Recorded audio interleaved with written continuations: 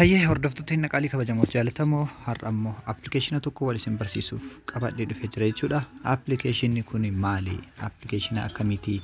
Maal irratti hojjeta? Maal hojjennee maal irratti arganna kan jedhu mee waliin haa ilaallu. Appilikeeshinii kana gadi buufachuudhaan galii hedduu irraa argachuu dandeettanii na hordofaa.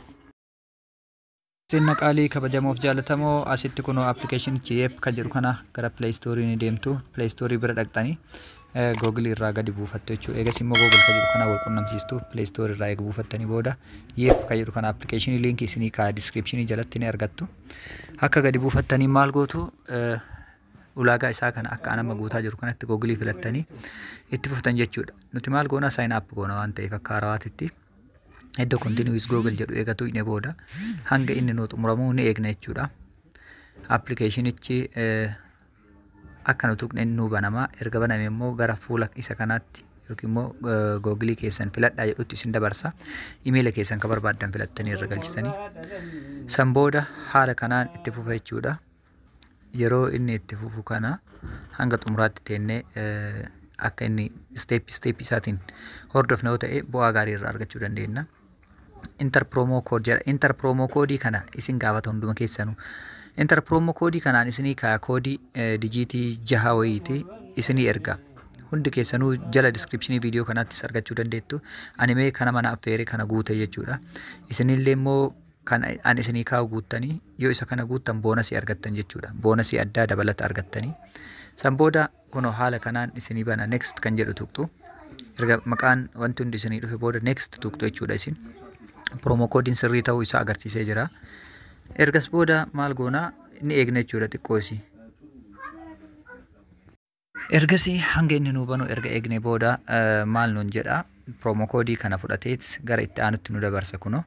Apply kan jedhu kana tuqna jechuudha. Agreementii guunnee apply kan jedhu hin tuqna. Ergasii apply kan jedhu erga tuqne booda miidiyaa akka Tiwiitaraa, Instagramaa fi TikTokii ni fayyadamtuudha. Yoo qabaattan ta'ee jedhaani. YouTube faa qaba yoo ta'ee jedhaani. Eegas immoo following kee meeqa achirrattidha. 10,000 gadi moo 10,000 olii. Isin immootu follower keessan 10,000 gadii fi 10,000 ol ta'uu achumarra filattani. 20,000 olii fi gad ta'uu hin filattani. San booda linkii dhayxanii gara TikTokii dhayxanii linkii iddoo kanatti fiddanii maxxansitan jechuudha. Paste the link to your social media profile jedha. Linkicha fiddanii dhuftan jechuu deemtanii. Linkii kana yoo fiddanii dhuftanii akkamitti akka linkii fiddan yoo isin barbaadin immoo skip kan jedhu tuqxanii isii gara duubaa deebistan dhayxanii kunoo gara duubaa deebitaniitiin guutuu dhiisuu dandeettan jechuu ofirraa.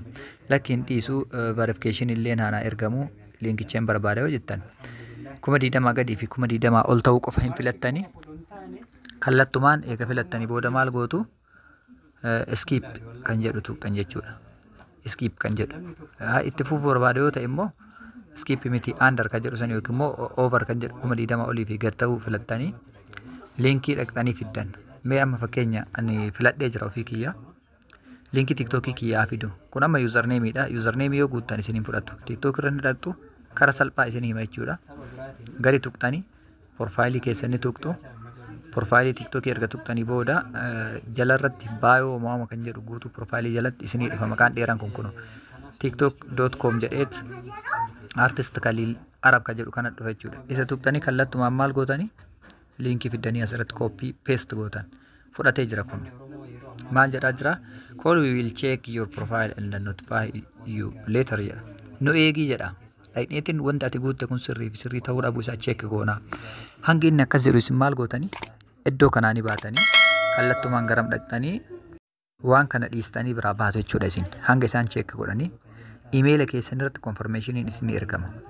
Isin yeppii kana duuba deebitanii illee ilaaltanii kun check godhaa jirra email kee irratti ergina jedhanii emaileen dhayxu confirm ta'etu san tuqxu. Action require kan jedhu hin tuqxu confirm tuqxanii yepp ka jalqabaatan jechuudha kunoo message email irra isinii dhufe. Yepp ka jedhu kana tuqxanii dhayxanii maal gootan confirm your email jedha. Confirm gootan. Yeroo isa gadi cuqaastan yookiin immoo gadi tuqxan redirect isin godheet eessa isin fida gara appilikeeshinii kanaatti isin fida jechuudha. Your email has been verified jedha kun.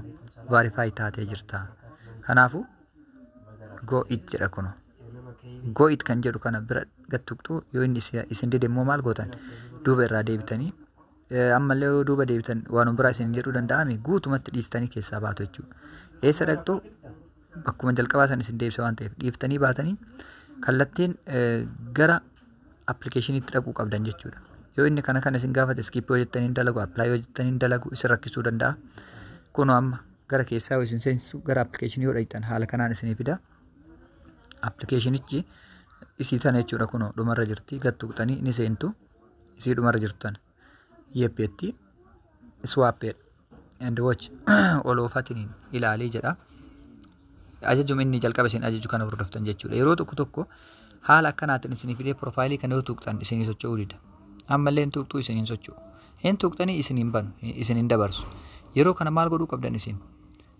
Akkaawuntiin kiyya na didee asirra naa hin dabru jedhuu dandeettu. Garuu isin maal gootanii guutumaan guututti dhiistanii biraa baatanii appilikeeshinii irra akka haaraa deebitanii kunoo ajaja inni isin ajaju kana hordofaa tuqxan. Maaliif haala fayyadamaa isinitti agarsiisaa jechuudha. Zeeroodhaa homa takka kooyinii hin qabdu naan jedha. Haalli itti wizduroo gootummoo TRC20 baay'ee bareeda jechuudha. Tiitariin teezariin baasuu dandeettanii USDtiin baasuu dandeettanii kun yoo isa gattuuqxan isinitti hima jechuudha.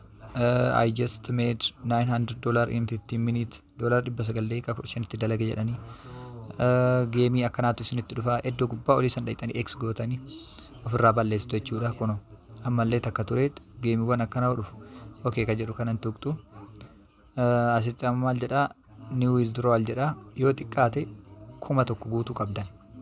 1,000 guutuudhaaf nama 5 qofa affeeruun isinirraa eegama. Nama tokko yoo affeertan 200 isinii kenna. Nama 5 yoo affeertan 1,000 isinii kenna jechuudha. Kooyinii yookiin mootiyyuu kooyinii yeppii jechuudha. Kooyinii yeppii 200 meeqa taati? Doolaara takka taati. Doolaara 2 taati. Doolaara 5 yoo ta'u 10 ta'a jechuudha. Nama 5 yoo affeertan doolaara 10 baafachuu dandeettanii. Haalli ittiin baafattanis salphaadha. Nama affeeruuf kunoo iddoo kana ni tuqxu, invite ka jedhu ni tuqxu, koopii gootanii liinkii tanan fudhattanii deemtanii telegiraama irra ta'uu danda'a, instaagiraama, tiwiitara, feesbuuka irra, yuutuubii fa'aa iddoo garaagaraa waatsaappii fa'aa irra dhaqxanii ka koopii gootan kana namaa ergitanii lakkoofsi galmee keessanillee isima kooppiitu jala jira. Haala kanaan fayyadamna jechuudha. Horaa bulaa deebanaa. Teenna qaalii kabajamoof jaalatamoo hanga ammaatti nooliin ta'uu keessaniif galatooma. Harboor miidiyaan yeroo hundaa yaada garaagaraa qabatee isinii dhiyaata. Hojiilee onlaayinaa bakka jirtanitti argachuu barbaaddan gara telegiraamaatiin akkasumas gama keessattiin naqunnama horaa bulaa.